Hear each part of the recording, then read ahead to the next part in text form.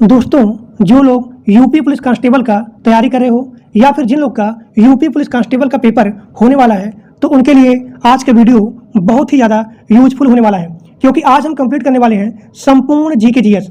UP police constable के लिए आज हम कंप्लीट करने वाले हैं संपूर्ण जीके जीएस।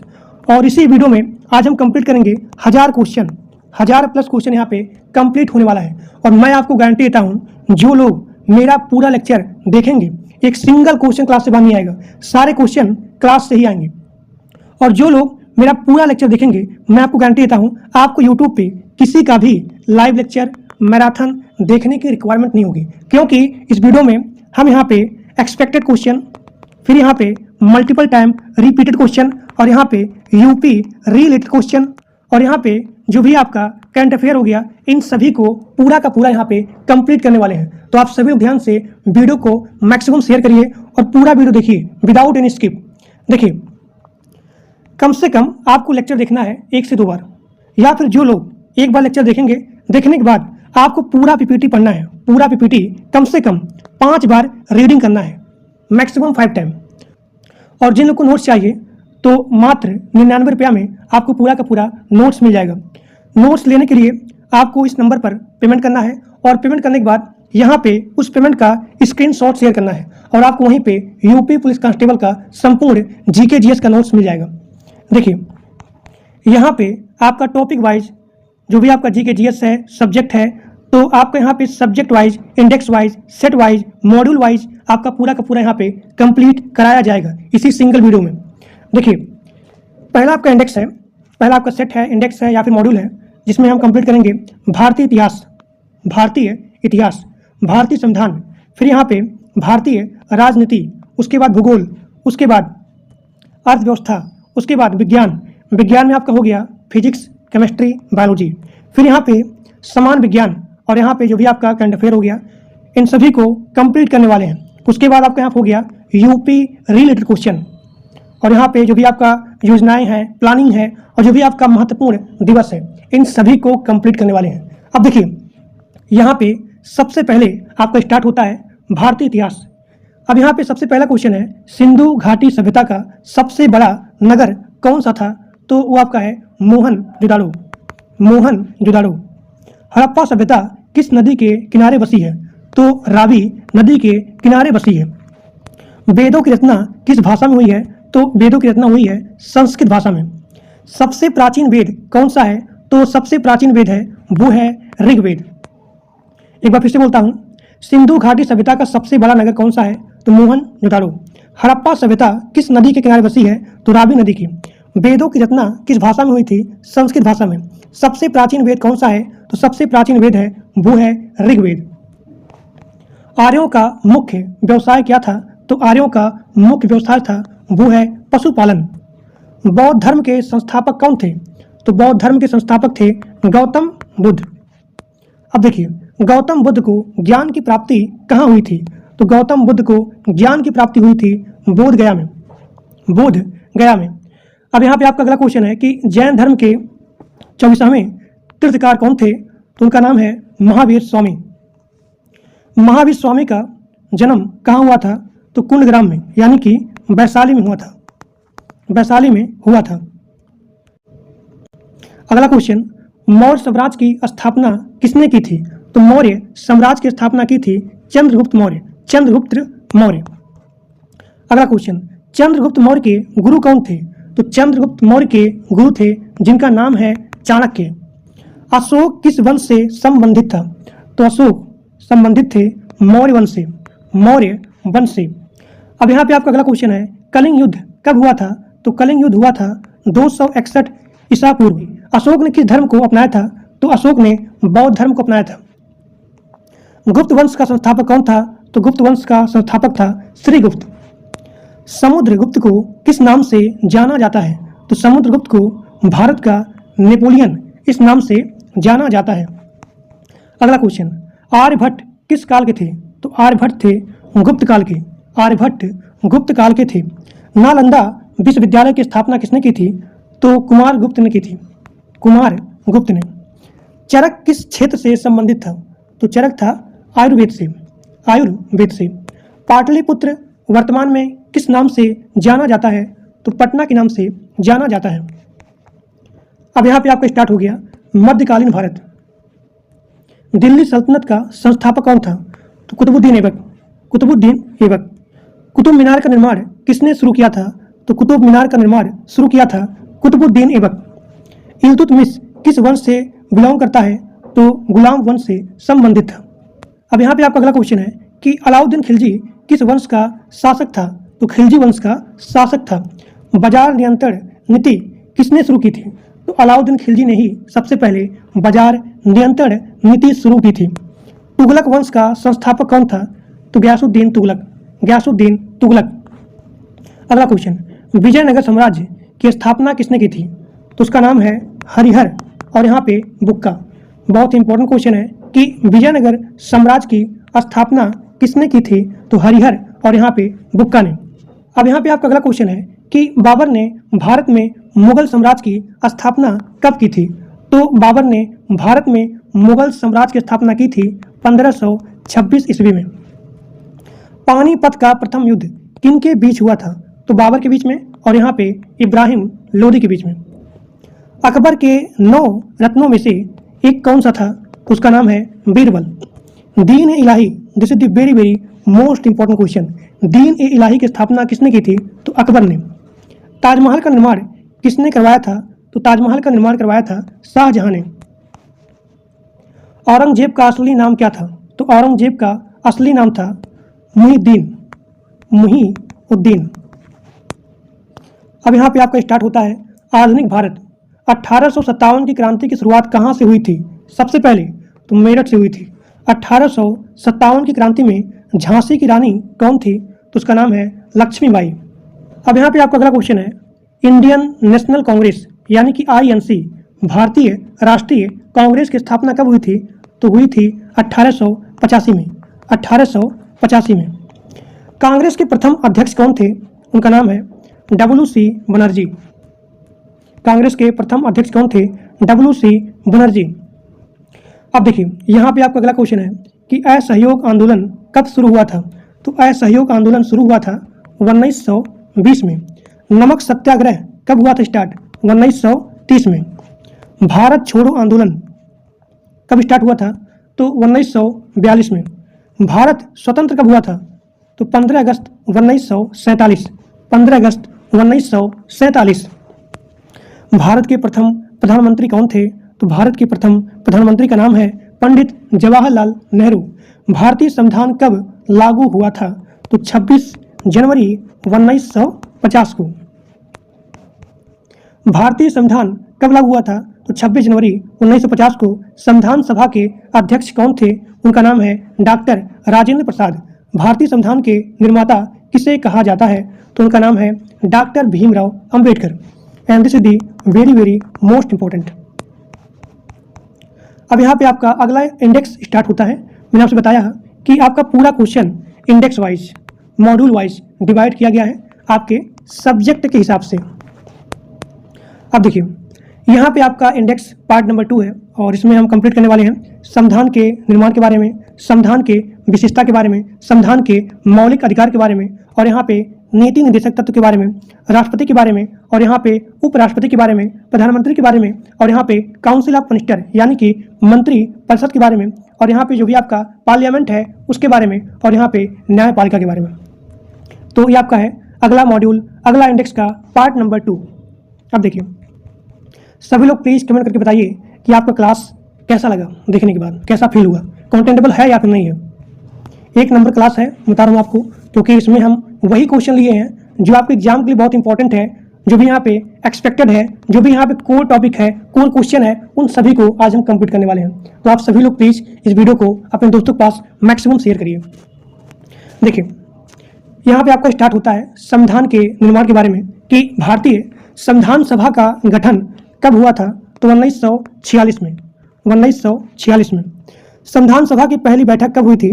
तो 9 दिसंबर 1946 को। संविधान सभा की पहली बैठक हुई थी 9 दिसंबर 1946 को। अब यहाँ पे आपका अगला क्वेश्चन है कि संविधान सभा के अस्थायी अध्यक्ष कौन थे? उनका नाम है सच्चिदानंद सिन्हा। अगला क्वेश्चन, संविधान सभा के अस्थायी अध्यक्ष, देखिए अस्थायी अध्यक्ष थे डॉक्टर राजेंद्र प्रसाद। लेकिन अगर वहीं पूछा जाए कि अस्थायी अध्यक्ष कौन थे संविधान सभा के, तो आपका यहाँ पे आंसर हो जाएगा सच्चिदानंद सिन्हा। भारतीय संविधान कब अपनाया गया था? तो 26 नवंबर 1949 को। अगर पूछा जाए कब लागू किया गया था, तो 26 जनवरी 1950 को। अब यहाँ पे आपका अगला क्वेश्चन है कि भारतीय संविधान में कितने अनुच्छेद थे प्रारंभ में? तो आपका यहाँ पे आंसर हो जाएगा 395 यहाँ पे आर्टिकल थे। भारतीय संविधान में प्रारंभ में कितने यहाँ पे शेड्यूल थे, यानी कि अनुसूची कितनी थी?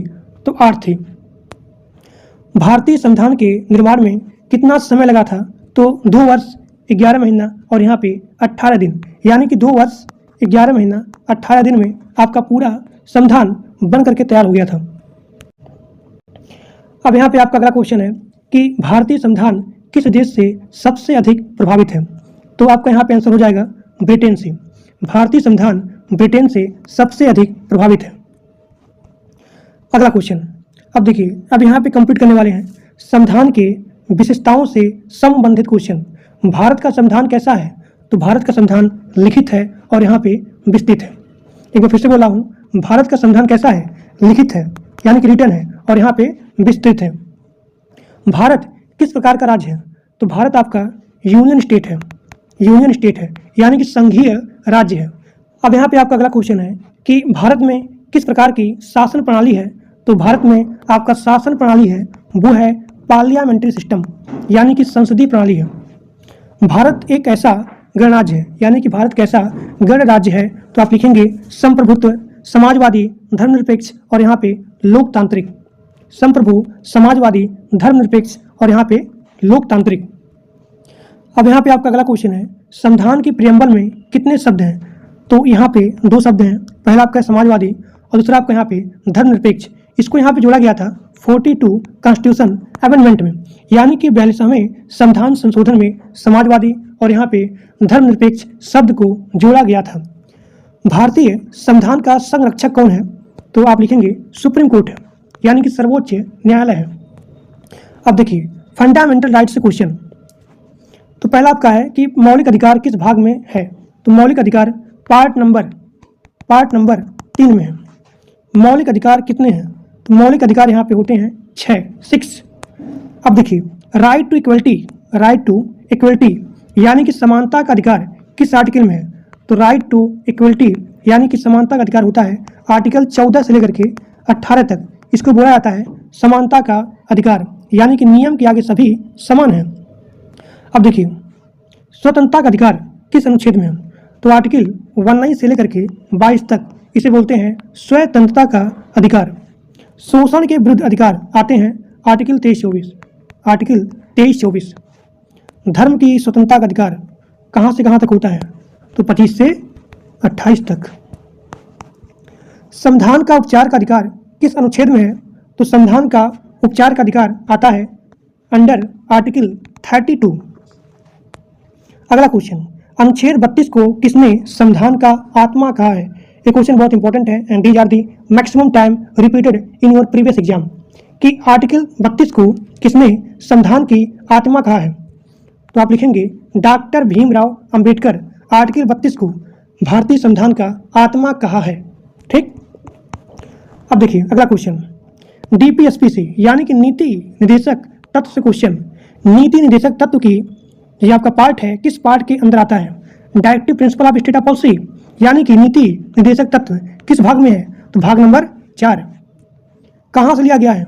नीति निदेशक तत्व किस देश से लिया गया है? तो आयरलैंड से। आयरलैंड से। समान कार्य के लिए समान वेतन, यानी कि समान काम करेंगे तो आपको यहाँ पे समान वेतन मिलेगा बिना किसी भेदभाव के। तो यह जो है किससे संबंधित है? तो नीति निदेशक तत्व से। नीति निदेशक तत्व से। अब यहाँ पे आपका अगला क्वेश्चन है कि पंचायत राज किस अनुच्छेद से संबंधित है? तो आप लिखेंगे आर्टिकल 40। आर्टिकल 40 से संबंधित है पंचायत राज सिस्टम। अब देखिए राष्ट्रपति एवं उपराष्ट्रपति से संबंधित प्रश्न, जैसे कि आपका पहला हो गया कि भारत के राष्ट्रपति का चुनाव कौन करता है? तो निर्वाचक मंडल। एक बार फिर से बोला हूँ कि भारत के जो प्रेसिडेंट हैं, राष्ट्रपति हैं, उनका चुनाव कौन करता है? तो आप लिखेंगे निर्वाचक मंडल। राष्ट्रपति का कार्यकाल यानी कि टेन्योर कितना होता है? तो 5 साल होता है। राष्ट्रपति बनने के लिए आपका मिनिमम एज कितना होना चाहिए? 35 साल होना चाहिए। अब यहाँ पे आपका अगला क्वेश्चन है कि भारत के प्रथम राष्ट्रपति कौन थे? तो डॉक्टर राजेंद्र प्रसाद।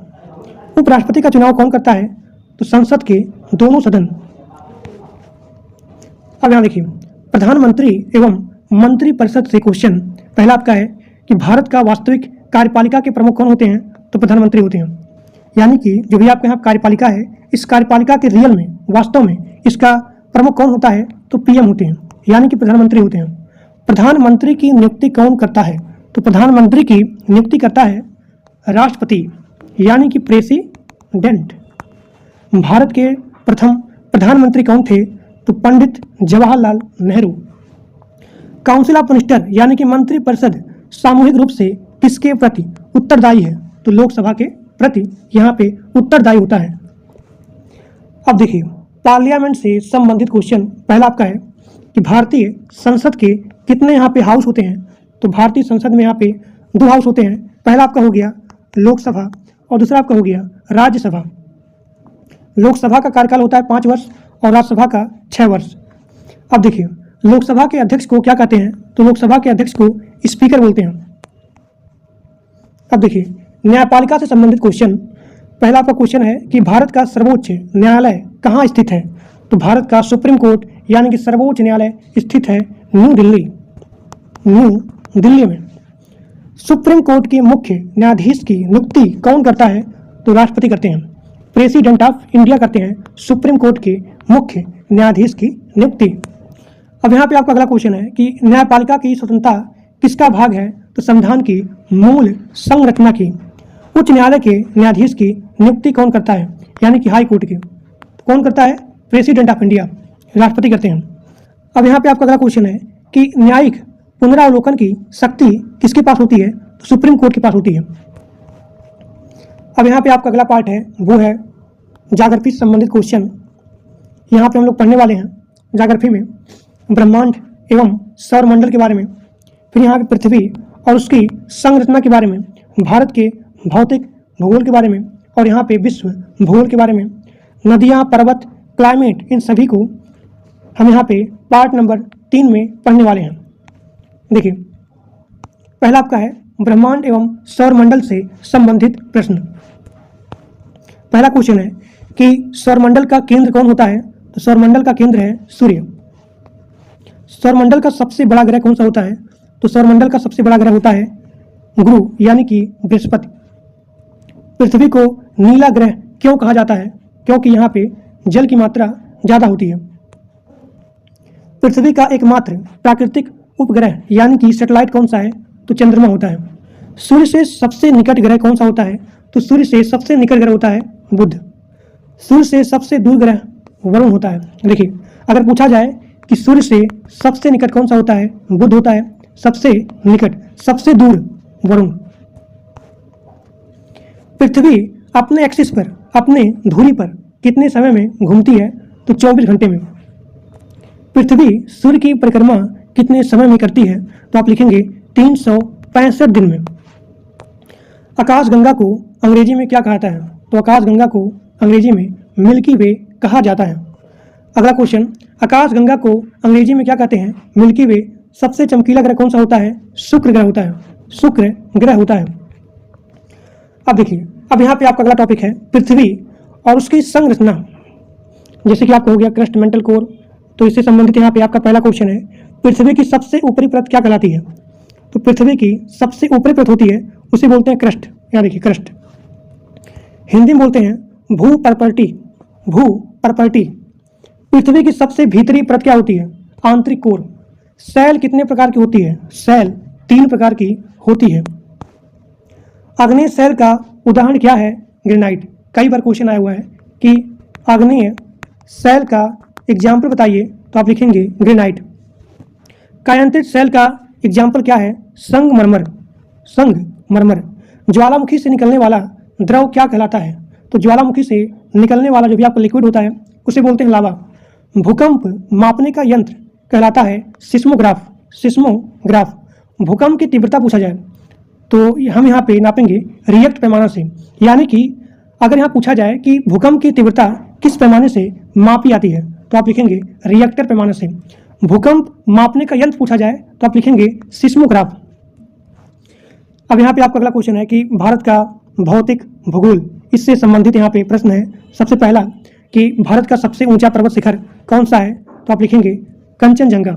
हिमालय किस प्रकार का पर्वत है तो आपका हिमालय वलित पर्वत होता है, वलित पर्वत। भारत का सबसे बड़ा मरुस्थल यानी कि डेजर्ट कौन सा है तो आप लिखेंगे थार डेजर्ट, जो कि पड़ता है राजस्थान में। ठीक, थार डेजर्ट। गंगा नदी का उद्गम स्थल क्या है तो गंगा नदी का उद्गम स्थल है वो है गंगोत्री। भारत की सबसे लंबी नदी कौन सी है तो भारत की सबसे लंबी नदी होती है गंगा। अगला क्वेश्चन, ब्रह्मपुत्र नदी किस राज्य से भारत में प्रवेश करती है तो ब्रह्मपुत्र रिवर अरुणाचल प्रदेश से भारत में एंट्री यानी कि प्रवेश करती है। अब यहाँ पे आपका अगला क्वेश्चन है कि भारत का सबसे बड़ा डेल्टा कौन सा है तो आप लिखेंगे भारत का सबसे बड़ा डेल्टा है वो है सुंदरबन का डेल्टा, सुंदरबन का डेल्टा। दक्कन प्लेट्यू यानी कि दक्कन का पठार किस प्रकार का पठार है तो आप लिखेंगे ज्वालामुखी पठार, ज्वालामुखी पठार। पश्चिमी घाट को और किस नाम से जाना जाता है तो Sahyadri, Sahyadri. And this is also very very most important कि पश्चिमी घाट को और किस नाम से जाना जाता है तो आप लिखेंगे सह्याद्री। अब यहाँ पे आपका अगला टॉपिक है वो है विश्व भूगोल से संबंधित प्रश्न।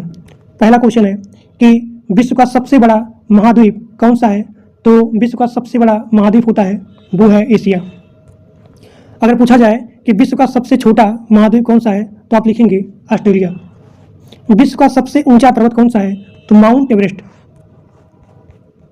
विश्व का सबसे बड़ा मरुस्थल पूछा जाए तो आप लिखेंगे सहारा डेजर्ट।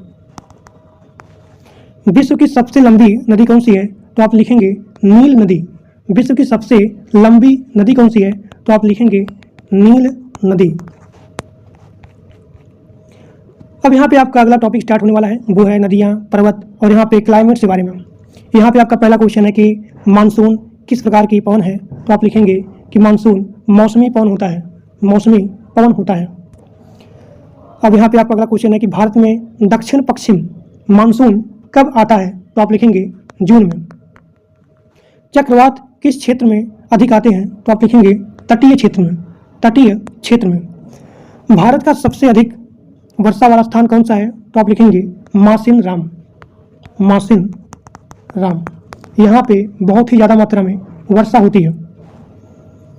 विश्व का सबसे ठंडा स्थान कौन सा है तो आप लिखेंगे वेर खोयांक, वेर खोयांस्क, वेर खोयांक अस्क, जो कि पड़ता है रूस में।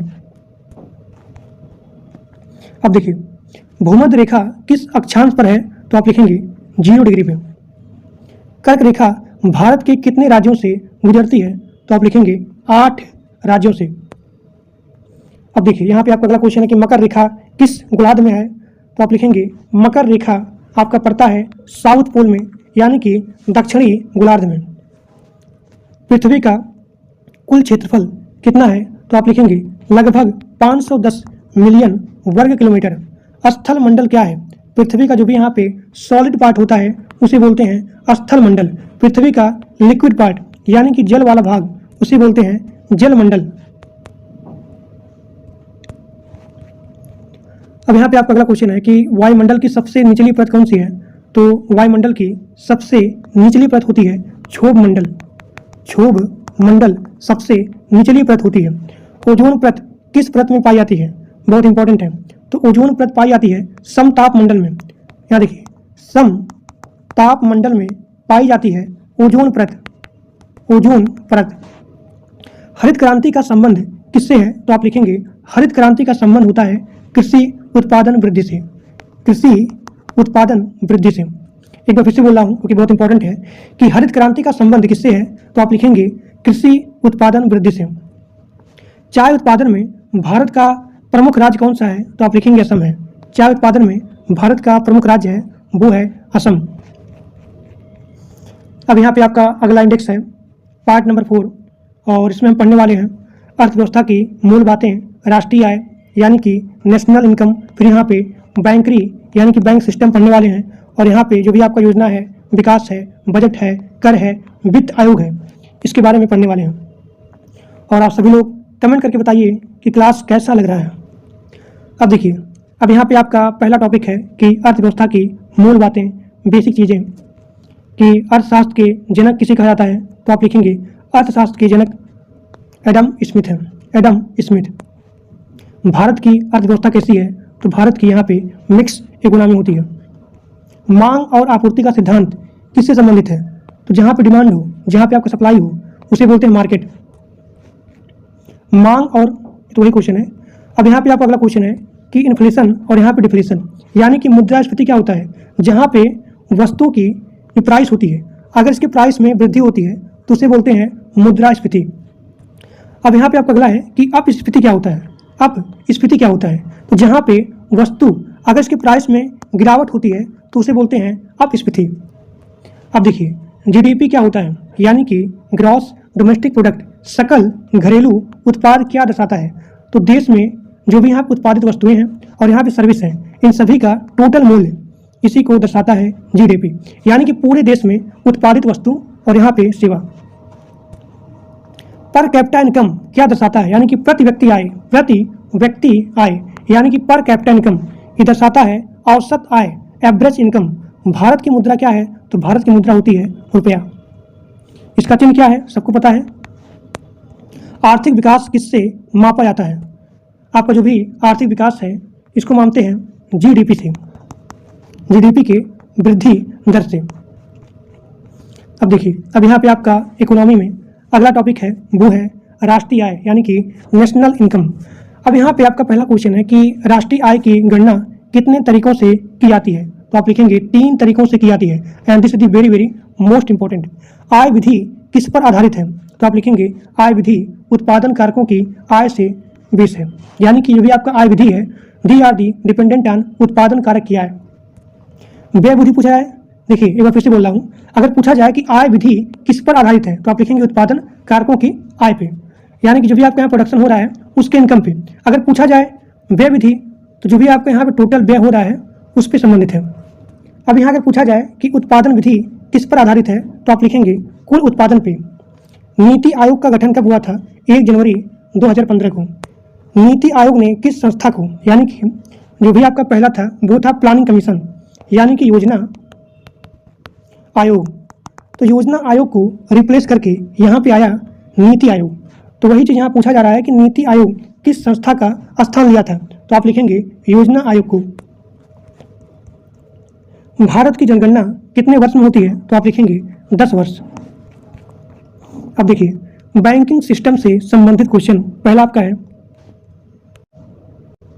भारत का केंद्रीय बैंक कौन सा है, तो आप लिखेंगे आरबीआई। भारत यानी कि आरबीआई की स्थापना कब हुई थी, तो 1 अप्रैल 1935 को। बहुत इंपॉर्टेंट क्वेश्चन है, एक बार फिर से बोल रहा हूँ कि भारत का केंद्रीय बैंक कौन सा है, सबको पता है आरबीआई है। और यहाँ पे आरबीआई की स्थापना कब हुई थी, तो आप लिखेंगे 1 अप्रैल 1935 को। आरबीआई का मुख्यालय कहाँ पे है, बम्बई में है। नोट जारी करने का अधिकार किसके पास है, आरबीआई के पास है। बैंक राष्ट्रीयकरण कब हुआ था सबसे पहले, तो 1969 में। अब यहाँ पे आपका अगला क्वेश्चन है कि भारत का सबसे बड़ा सार्वजनिक बैंक कौन सा है, तो आप लिखेंगे एसबीआई, यानी कि भारतीय स्टेट बैंक। आईएफएससी कोड का उपयोग किसके लिए होता है, तो बैंक ट्रांजैक्शन के लिए यहाँ पे हम लोग यूज करते हैं आईएफएससी कोड। अब यहाँ पे आपका योजना एवं विकास से संबंधित यहाँ प्रश्न है। पहला क्वेश्चन है कि 5 ईयर प्लानिंग यानी कि 5 वर्षीय योजना का आरंभ कब हुआ था, तो आप लिखेंगे 1951 को। हरित क्रांति किससे संबंधित है, तो कृषि से, एग्रीकल्चर से। श्वेत क्रांति दुग्ध उत्पादन से। ऑपरेशन फ्लड संबंधित है दूध उत्पादन से। मेक इन इंडिया का योजना कब शुरू हुआ था, तो 2014 को। डिजिटल इंडिया अभियान शुरू हुआ था 2015 को। अब देखिए, बजट कर एवं वित्त आयोग से संबंधित प्रश्न। पहला आपका है कि भारत का बजट कौन प्रस्तुत करता है, वित्त मंत्री। बजट कब प्रस्तुत किया जाता है, 1 फरवरी को। प्रत्यक्ष कर यानी कि डायरेक्ट कर का एग्जाम्पल कौन सा है, तो आयकर, इनकम टैक्स। अप्रत्यक्ष कर का एग्जाम्पल है जीएसटी। जीएसटी कब लागू हुआ था, तो 1 जुलाई 2017 को 1 जुलाई 2017 को लागू हुआ था जीएसटी। वित्त आयोग का गठन कौन करता है? यानी कि जो भी आपका यहाँ पे फाइनेंस कमीशन है, इसका गठन कौन करता है? प्रेसिडेंट ऑफ इंडिया, राष्ट्रपति करते हैं। भारत में कितने वित्त आयोग बन चुके हैं? तो आप लिखेंगे 15 वित्त आयोग बन चुके हैं। 15वें वित्त आयोग के अध्यक्ष कौन थे? तो आप लिखेंगे एन के सिंह।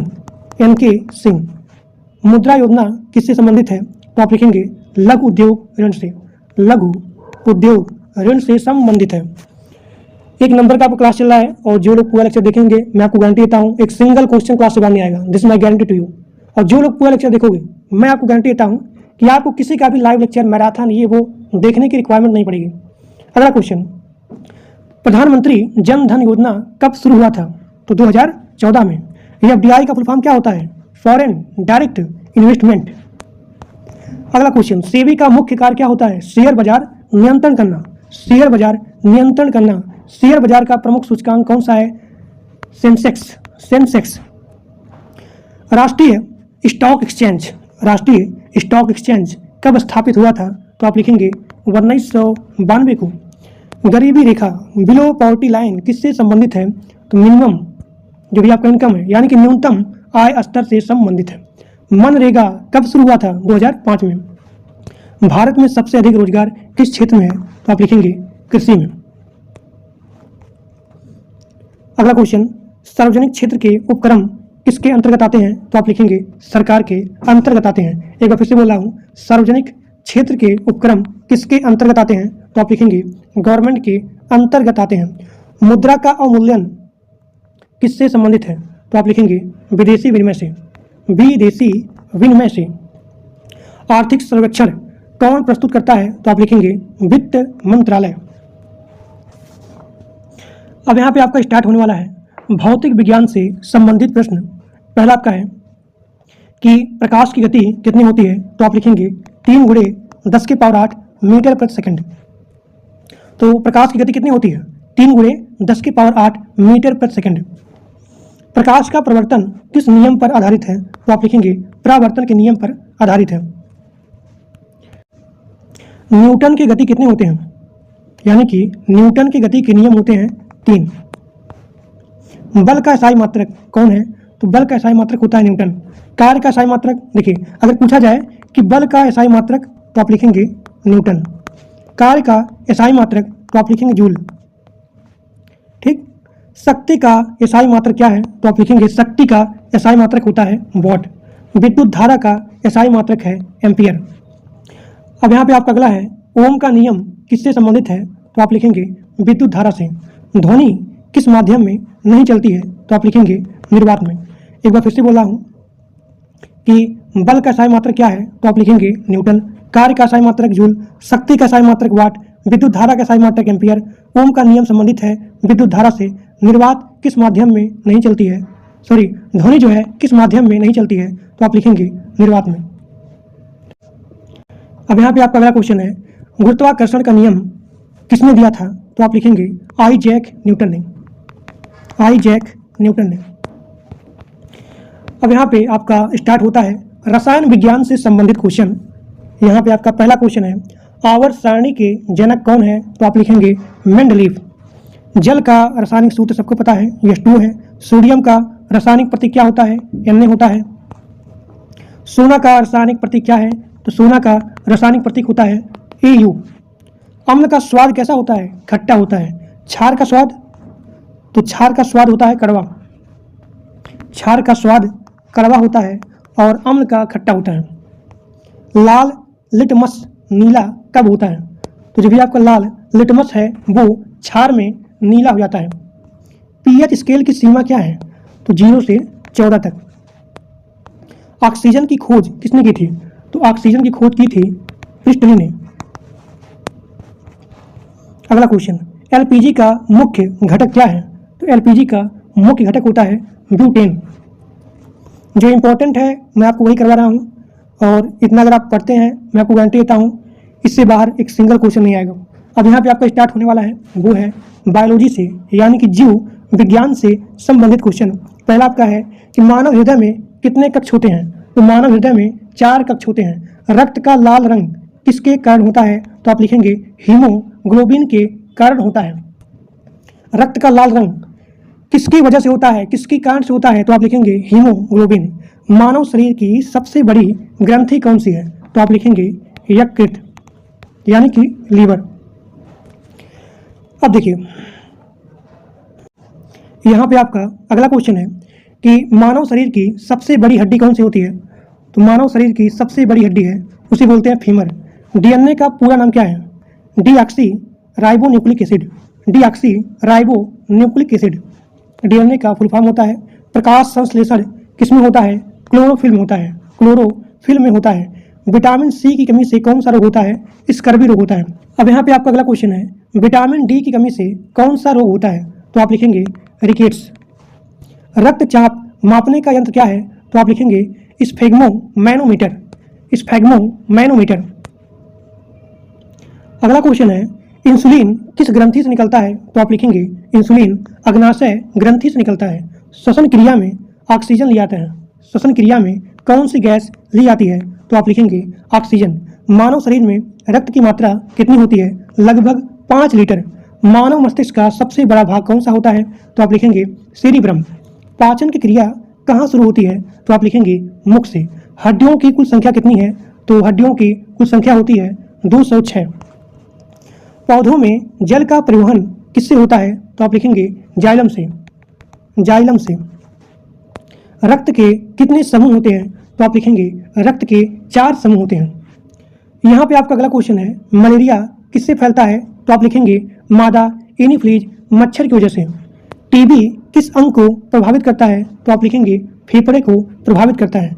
मानव शरीर की सबसे छोटी हड्डी कौन सी है? तो आप लिखेंगे स्टेप्स। किस विटामिन की कमी से रक्तौंधी होता है? तो आप लिखेंगे विटामिन ए की कमी से रक्तौंधी होता है। रक्त का थक्का किसके कारण बनता है? तो आप लिखेंगे प्लेटलेट्स के कारण। शर्करा का पाचन क्रिया किस एंजाइम से होता है? तो आप लिखेंगे एमाइलेज से। पौधों का भोजन कहाँ बनता है? तो आप लिखेंगे पत्तियों में। मानव शरीर का सामान्य तापमान कितना होता है? 98.6 फ़ारेनहाइट। आरबीसी का पूरा नाम क्या होता है? तो आप लिखेंगे आरबीसी का पूरा नाम होता है रेड ब्लड सेल। डब्ल्यूबीसी का पूरा नाम क्या है? White blood cell. इंसान की आंख में छवि कहाँ बनती है? तो आप लिखेंगे रेटिना में। फेफड़ों की संख्या कितनी होती है? तो फेफड़ों की संख्या होती है 2। हृदय की धड़कन प्रति मिनट औसतन कितनी बार धड़कती है? तो आप लिखेंगे 72 बार। कौन सा विटामिन रक्त के थक्के में सहायक होता है? तो आप लिखेंगे विटामिन के की वजह से। जो भी आपका ब्लड है वो यहाँ पे थक्का बन जाता है। एड्स किस वायरस से होता है? तो आप लिखेंगे HIV से एड्स होता है। पोलियो किससे प्रभावित करता है? यानी कि जो भी आपका पोलियो है वो किसको जो है प्रभावित करता है? तो आप लिखेंगे तंत्रिका तंत्र को। शरीर में ऊर्जा का मुख्य स्रोत क्या है? तो आप लिखेंगे शरीर में ऊर्जा का जो आपका मुख्य स्रोत होता है वो होता है कार्बोहाइड्रेट। किडनी का मुख्य कार्य क्या होता है? तो आप लिखेंगे रक्त को शुद्ध करना। मानव शरीर का सबसे कठोर भाग क्या है? तो आप लिखेंगे दांत का एनामेल।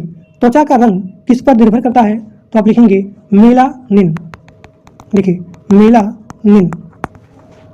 अगला क्वेश्चन धूम्रपान से कौन सा रोग होता है? तो आप लिखेंगे फेफड़ों का कैंसर।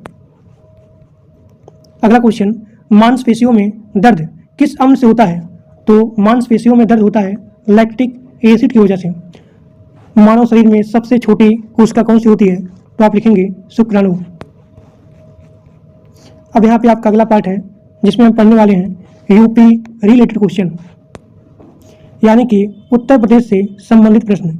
इसमें हम सबसे पहले पढ़ेंगे यूपी का सामान्य परिचय, नदियाँ एवं भूगोल, इतिहास एवं आंदोलन, सांस्कृतिक, यहाँ पे जो भी आपका सांस्कृतिक है, तीर्थ स्थल है, प्रशासन एवं वर्तमान तथ्य के बारे में।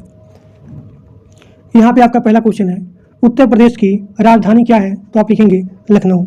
अब यहाँ पे सबसे इंपॉर्टेंट है जो कि यूपी रिलेटेड जितने सारे एग्जाम हैं सब में पूछा जाता है कि उत्तर प्रदेश का गठन कब हुआ था? तो आप लिखेंगे 24 जनवरी 1950 को। 24 जनवरी 1950 को।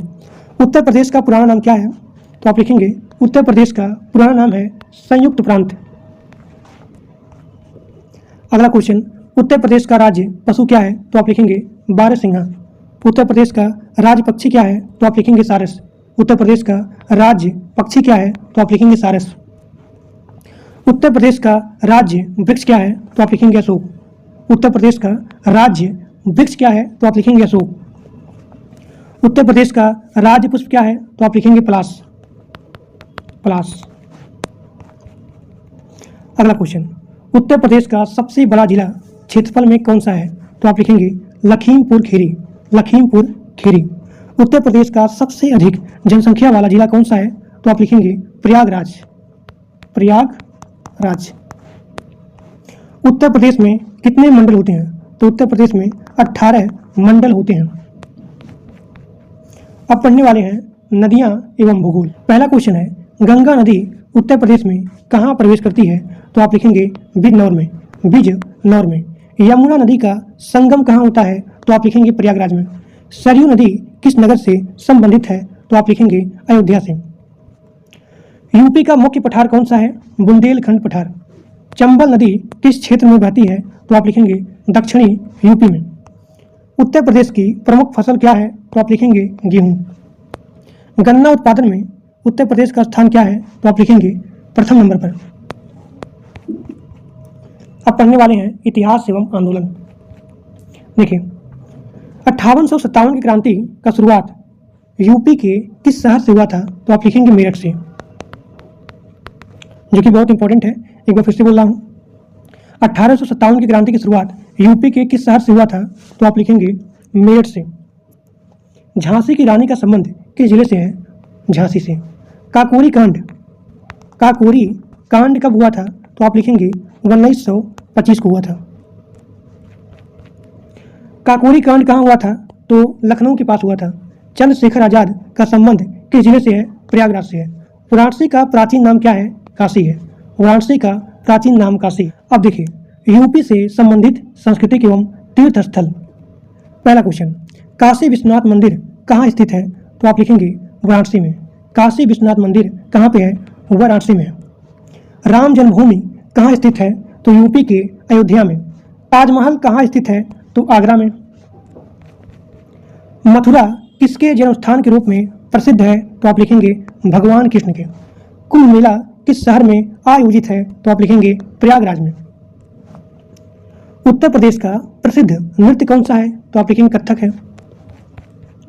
अब देखिए, इससे संबंधित आपका प्रशासन एवं वर्तमान तथ्य, यानी कि यूपी से संबंधित जो भी आपका प्रशासन है, जो भी आपका वर्तमान तथ्य है, उससे संबंधित प्रश्न आपका है। सबसे पहला कि यूपी की विधानसभा, यानी कि यूपी में विधानसभा की कितनी सीट है?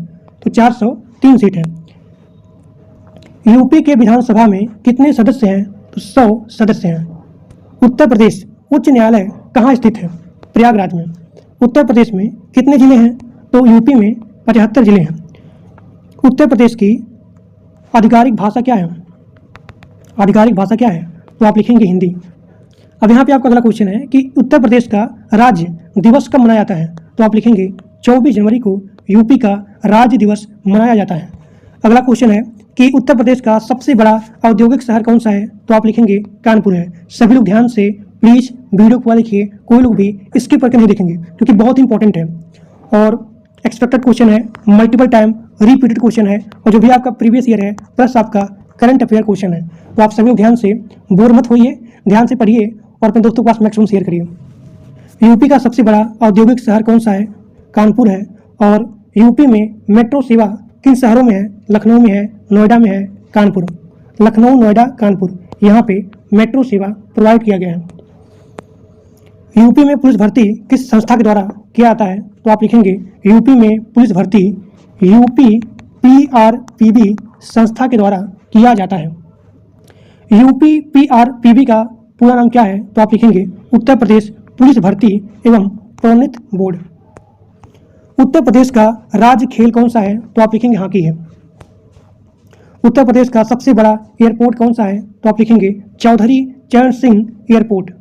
एक बार फिर से बोल रहा हूँ क्योंकि बहुत इंपॉर्टेंट है कि उत्तर प्रदेश का सबसे बड़ा एयरपोर्ट कौन सा है? तो आप लिखेंगे चौधरी चरण सिंह एयरपोर्ट।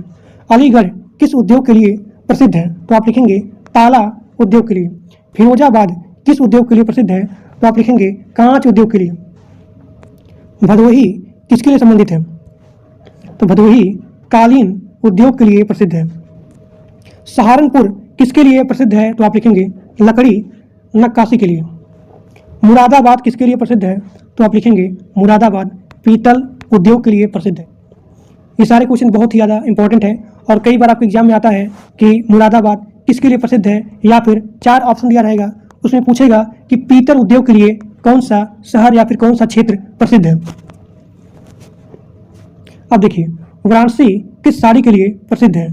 तो वाराणसी जो है बनारसी साड़ी के लिए प्रसिद्ध है। अगला क्वेश्चन है कि अयोध्या किस नदी के किनारे स्थित है? तो आप लिखेंगे अयोध्या सरयू नदी के किनारे स्थित है। प्रयागराज किस नदी के संगम के लिए प्रसिद्ध है? तो आप लिखेंगे गंगा, यमुना, सरस्वती। उत्तर प्रदेश में लोकसभा की सीटें कितनी हैं?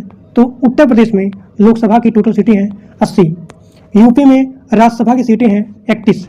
यूपी का सबसे लंबा राष्ट्रीय राजमार्ग कौन सा है? NH2 है। उत्तर प्रदेश में कुल तहसीलें लगभग कितनी होती हैं? 350। यूपी में कृषि विश्वविद्यालय कहाँ स्थित है? तो आप लिखेंगे कानपुर। नोएडा किस जिले में स्थित है? तो आप लिखेंगे गौतम बुद्ध नगर। दुधवा नेशनल पार्क यानी कि दुधवा नेशनल उद्यान कहाँ स्थित है? तो आप लिखेंगे लखीमपुर खीरी। यूपी का प्रसिद्ध बौद्ध स्थल कौन सा है? तो आप लिखेंगे सारनाथ। सारनाथ सारनाथ किस जिले में है? तो आप लिखेंगे वाराणसी में है। यूपी का सबसे बड़ा मेला कौन सा है? कुंभ मेला है। अब देखिए यहाँ पे आपका अगला पार्ट है जिसमें हम पढ़ने वाले हैं महत्वपूर्ण दिवस के बारे में और यहाँ पे सरकारी योजनाएं के बारे में। इस वीडियो में आपका पूरा का पूरा कोर टॉपिक जितने आपके जीके जीएस हैं, संपूर्ण जीके जीएस करंट अफेयर सभी का सभी यहाँ पे कंप्लीट होने वाला है। तो प्लीज़ प्लीज़ प्लीज़ आप सभी लोग इस सेशन को, इस लेक्चर को, इस क्लास को अपने दोस्तों के पास मैक्सिमम शेयर करिए, क्योंकि मैं जो है बहुत मेहनत किया हूँ तब जो है ये PPT बना है। अब देखिए इसमें पढ़ने वाले हैं राष्ट्रीय एवं अंतर्राष्ट्रीय दिवस और यहाँ पे प्रमुख सरकारी योजनाएं। देखिए पहला क्वेश्चन है गणतंत्र दिवस कब मनाया जाता है? तो आप लिखेंगे 26 जनवरी को। स्वतंत्रता दिवस कब मनाया जाता है? तो आप लिखेंगे 15 अगस्त को। गांधी जयंती कब मनाई जाती है? तो आप लिखेंगे 2 अक्टूबर को गांधी जयंती मनाई जाती है। राष्ट्रीय युवा दिवस कब मनाया जाता है? तो आप लिखेंगे 12 जनवरी को। 12 जनवरी को। शिक्षक दिवस कब मनाया जाता है? 5 सितंबर को। अंतर्राष्ट्रीय महिला दिवस कब मनाया जाता है? तो आप लिखेंगे 8 मार्च को अंतर्राष्ट्रीय महिला दिवस मनाया जाता है। विश्व पर्यावरण दिवस मनाया जाता है 5 जून को। अंतर्राष्ट्रीय योग दिवस मनाया जाता है 21 जून को। विश्व जल दिवस मनाया जाता है 22 मार्च को। विश्व स्वास्थ्य दिवस कब मनाया जाता है? तो आप लिखेंगे 7 अप्रैल को। राष्ट्रीय मतदाता दिवस कब मनाया जाता है? तो आप लिखेंगे 25 जनवरी को। बाल दिवस कब मनाया जाता है? तो आप लिखेंगे 14 नवंबर को बाल दिवस मनाया जाता है। संविधान दिवस कब मनाया जाता है? तो आप लिखेंगे 26 नवंबर को संविधान दिवस मनाया जाता है। अंतर्राष्ट्रीय श्रमिक दिवस कब मनाया जाता है? तो आप लिखेंगे 1 मई को अंतर्राष्ट्रीय श्रमिक दिवस मनाया जाता है। अब यहाँ पे आपका अगला क्वेश्चन है राष्ट्रीय विज्ञान दिवस कब मनाया जाता है? तो आप लिखेंगे 28 फरवरी को राष्ट्रीय विज्ञान दिवस मनाया जाता है। अगला क्वेश्चन विश्व मानवाधिकार दिवस कब मनाया जाता है? तो आप लिखेंगे 10 दिसंबर को विश्व मानवाधिकार दिवस मनाया जाता है। राष्ट्रीय खेल दिवस 29 अगस्त को मनाया जाता है। विश्व जनसंख्या दिवस 11 जुलाई को मनाया जाता है। विश्व जनसंख्या दिवस 11 जुलाई को मनाया जाता है। राष्ट्रीय एकता दिवस 31 अक्टूबर को मनाया जाता है। राष्ट्रीय एकता दिवस 31 अक्टूबर को मनाया जाता है। अंतर्राष्ट्रीय शांति दिवस कब मनाया जाता है? तो आप लिखेंगे 21 दिसंबर को। 21 दिसंबर को अंतर्राष्ट्रीय शांति दिवस मनाया जाता है। अब यहाँ पे आपका अगला टॉपिक है जिसमें हम पढ़ने वाले हैं प्रमुख सरकारी योजनाओं से संबंधित प्रश्न। पहला क्वेश्चन प्रधानमंत्री आवास योजना कब शुरू हुई थी? तो आप लिखेंगे 2015 को प्रधानमंत्री आवास योजना शुरू किया गया था। 2015 को। आयुष्मान भारत योजना कब शुरू हुआ था? तो आप लिखेंगे 2018 को। 2018 को। स्वच्छ भारत मिशन कब शुरू हुआ था? तो आप लिखेंगे 2 अक्टूबर 2014 को स्वच्छ भारत मिशन शुरू हुआ था। एक बार फिर से बोल रहा हूँ प्रधानमंत्री आवास योजना 2015 को शुरू, आयुष्मान भारत योजना 2018 को, स्वच्छ भारत मिशन 2 अक्टूबर 2014 को।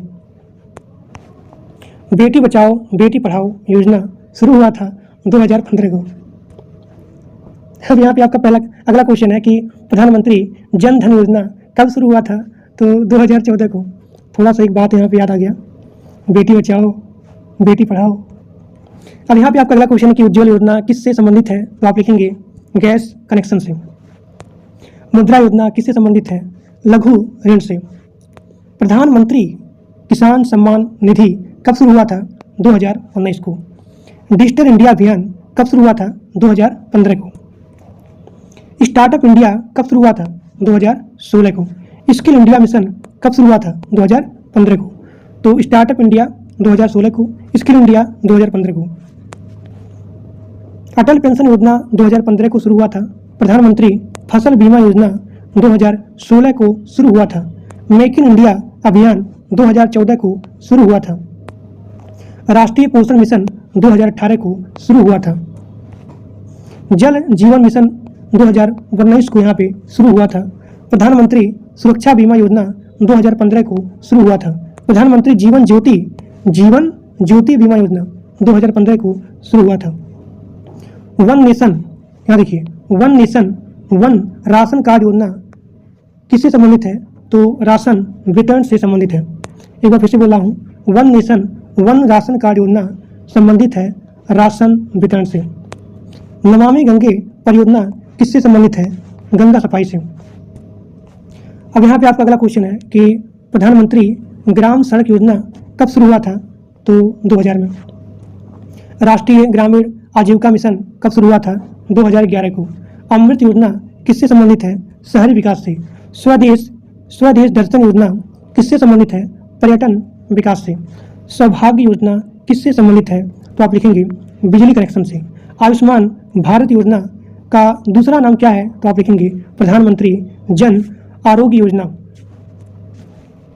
अगला क्वेश्चन, प्रधानमंत्री रोजगार सृजन कार्यक्रम किससे संबंधित है? तो आप लिखेंगे रोजगार से। राष्ट्रीय शिक्षा नीति कब लागू हुआ था? तो 2020 में। इनाम योजना किससे संबंधित है? तो आप लिखेंगे कृषि बाजार से। मिशन इंद्रधनुष किससे संबंधित है? टीकाकरण से। उजाला योजना किससे संबंधित है? एलईडी बल्ब से। प्रधानमंत्री गरीब कल्याण योजना कब शुरू हुआ था? 2016 को।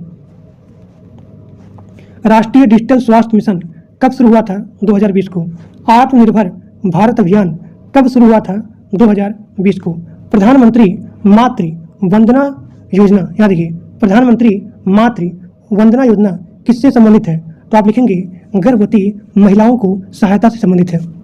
प्रधानमंत्री आवास योजना का लक्ष्य क्या है? सभी को आवास देना। स्मार्ट सिटी मिशन कब शुरू हुआ था? 2015 को। किसान क्रेडिट कार्ड योजना 1998 में शुरू हुआ था। राष्ट्रीय आपदा प्रबंधन प्राधिकरण कब बना था? तो आप लिखेंगे 2005 को।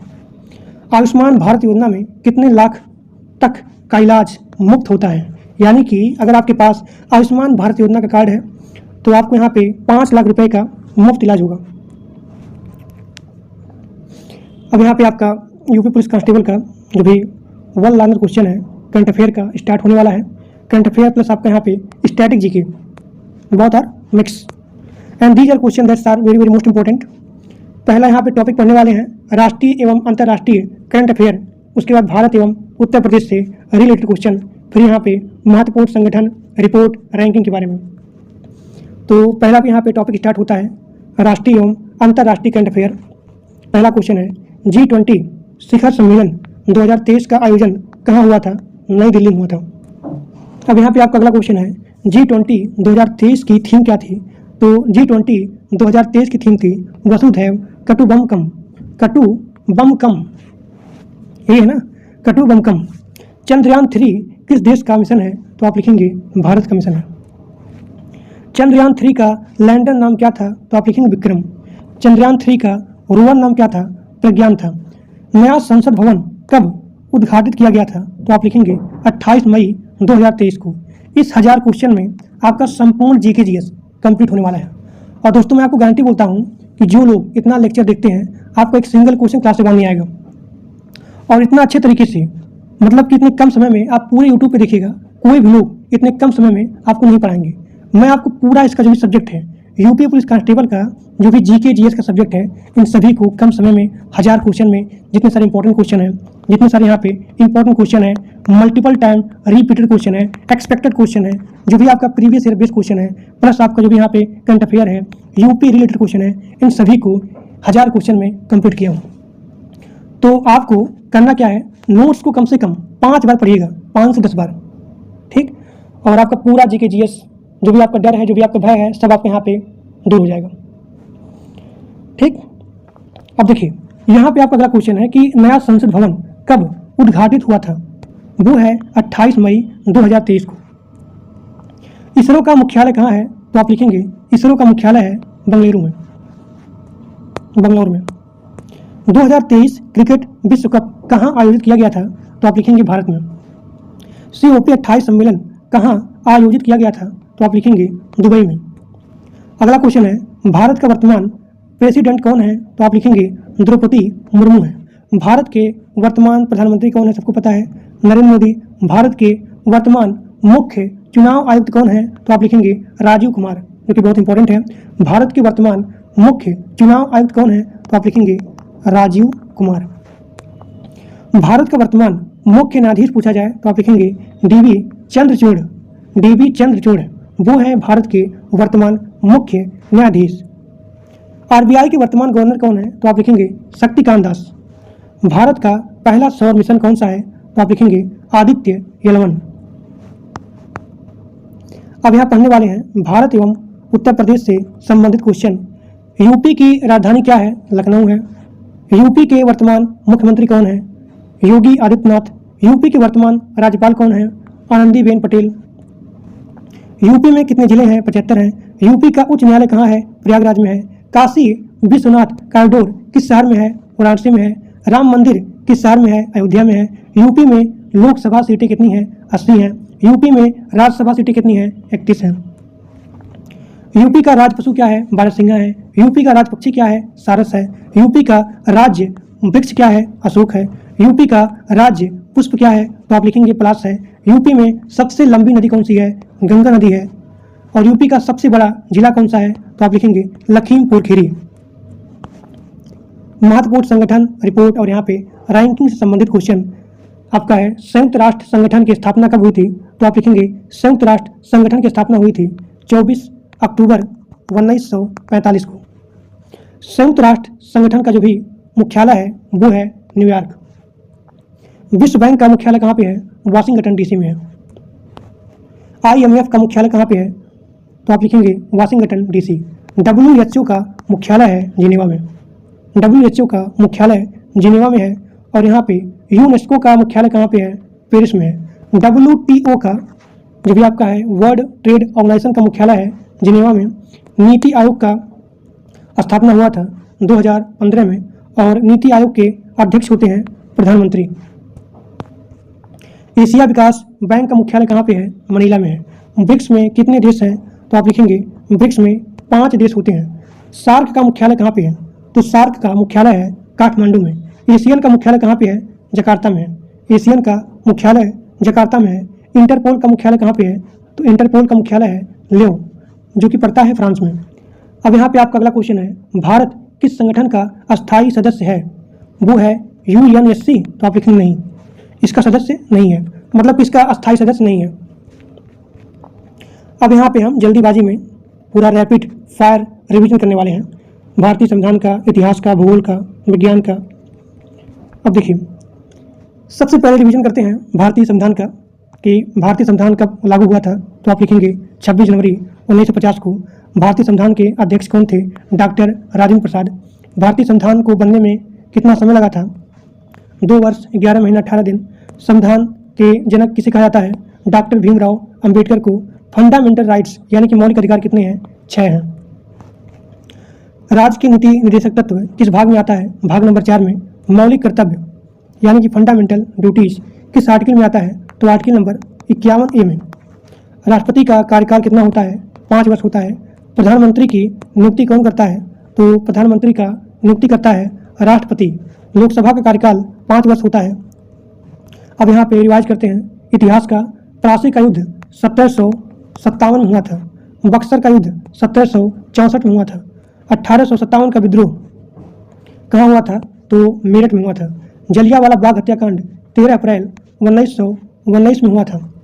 असहयोग आंदोलन कब हुआ था? 1920 में। नमक सत्याग्रह कब हुआ था? 1930 को।